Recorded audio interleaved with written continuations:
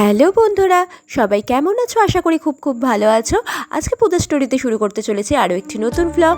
আজকে দুপুরের লাঞ্চ সারতে আমরা চলে গেছিলাম বাগুইহাটের আহারে বাঙালিতে। এটা বাগুইহাটের বাজারের ঠিক পাশেই রয়েছে। রেস্টুরেন্টটা ছোট হতে পারে, কিন্তু খুবই সাজানো গোছানো টিপটপ। আর বাঙালি খাবার খেতে চাইলে আহারে বাঙালিতে অবশ্যই একবার ঘুরে আসতে পারো। তো চলো এবার আমরা একটু অর্ডার দিয়ে দিই কী খাবো, আর সাথে দেখতে থাকো এই পুরো অ্যাম্বিয়েন্সটা। খুবই সুন্দর এখানকার পরিবেশটা, আর বাইরে থেকে এই দেখা যাচ্ছে রাস্তাটা, আর সাথে একটু হালকা বৃষ্টি পড়ছিল, আরও সুন্দর লাগছিল বাইরের দৃশ্যটা দেখতে। তো চলো অর্ডার দেওয়ার ফাঁকে আমরা একটু ফটোও তুলে নিলাম। তো চলো এবার আমাদের খাবারগুলো এসে গেছে, আর আজকে তো জমিয়ে বাঙালি খাবার খাবো। তো চলো দেখে নিই আজকে আমরা কি খাচ্ছি।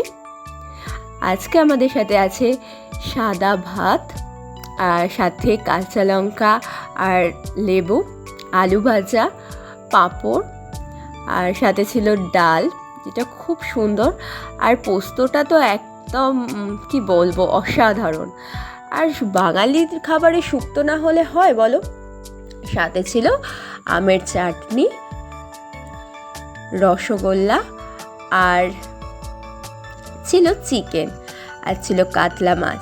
আর আজকে যেটা ফার্স্ট খেলাম সেটা হলো শিলে বাটা চিকেন, যেটা চিকেনটা স্ম্যাশড করা ছিল, অসাধারণ টেস্ট। আর ছিল আজকে শো স্টপার গন্ধরাজ ভেটকি, যেটা তো একেবারে অসাধারণ ছিল।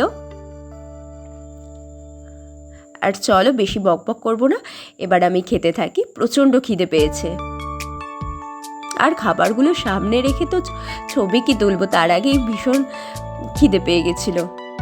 আর দেখো কি সুন্দর কাঁসার থালায় খাবারগুলো সাজিয়ে দিয়েছে, আর জলটা পর্যন্ত কাঁসার গ্লাসে দিয়েছিল।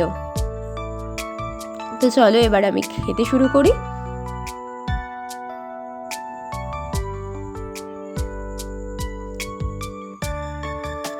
আর খাবারগুলো তো ছিল ভীষণই ভালো, ভীষণই টেস্টি।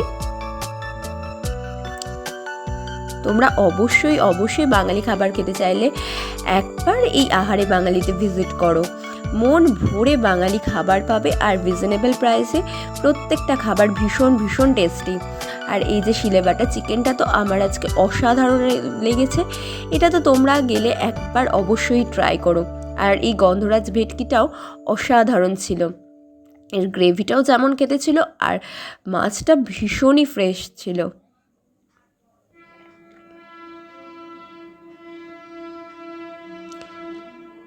চলো আমরা খেতে থাকি, আর ভিডিওটা কেমন লাগলো প্লিজ জানিও।